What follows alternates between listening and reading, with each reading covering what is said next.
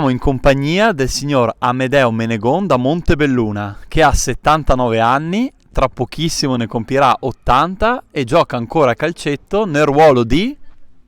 Portiere ultimamente. Ecco, e ci racconti un po' la sua storia calcistica.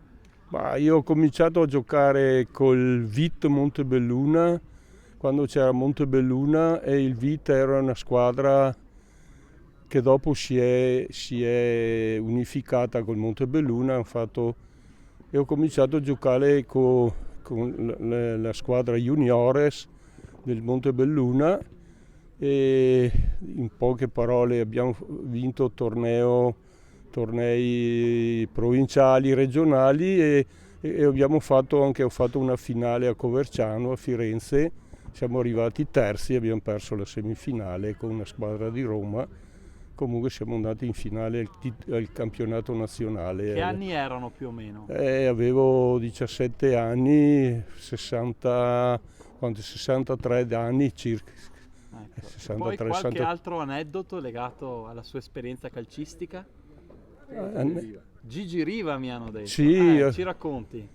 quando è venuto il Montebelluna, il Cagliari è venuto a inaugurare lo stadio nuovo di Montebelluna, quello che c'è a Guarda lì, a via San Vigilio. È venuto il Cagliari e io giocavo, allora ero appena finito, stavo finendo il militare tra l'altro, e ho giocato il secondo tempo, perché allora non ero proprio, e ho marcato Gigi Riva, che mi ha fatto qualche gol comunque, non è che sì.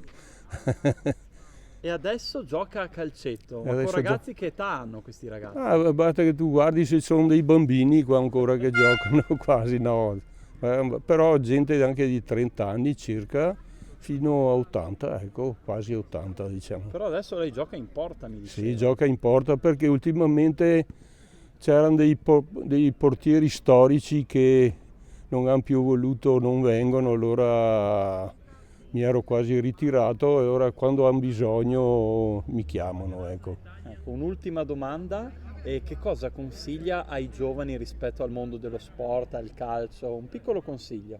Un piccolo consiglio, cioè, cosa devo dire? Adesso purtroppo i ragazzi pretendono tanto, invece una volta, tanto per dire, tanto ci si comprava le scarpe e dopo si andava a fare anche le trasferte in bicicletta, tanto per dire, a Montebelluna a Volpago sotto la pioggia. È un po' di abnegazione, un po' magari di voglia di giocare, perché lo sport secondo me è importante anche per il fisico, anche per la vita quotidiana delle persone. E adesso certo. l'aspetta una grande festa, allora andiamo a festeggiare. Ah sì, mi ha fatto una sorpresa comunque stasera, non sapevo mica di tutto sto ambaradan qua, Ma insomma dai, sono contento.